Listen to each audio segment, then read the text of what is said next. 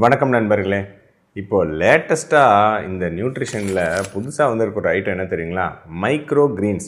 இதை பற்றி நிறைய பேர் அப்பப்போ பேசிகிட்டு இருக்காங்க. அது என்னதுங்க மைக்ரோ கிரீன்ஸ்? புதுசாக இருக்கே, இது என்ன பயங்கர சத்து வாய்ந்ததா? இது என்னங்கிறதெல்லாம் விவரமாக நம்ம பார்த்துருவோம்.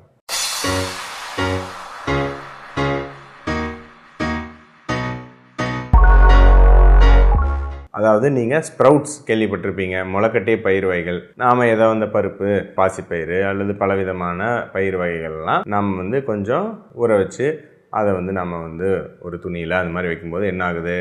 அது ஜெர்மினேட் ஆகுது. அது ஒரு விதை தான் இல்லைங்களா? அந்த விதை ஜெர்மினேட் ஆகுது.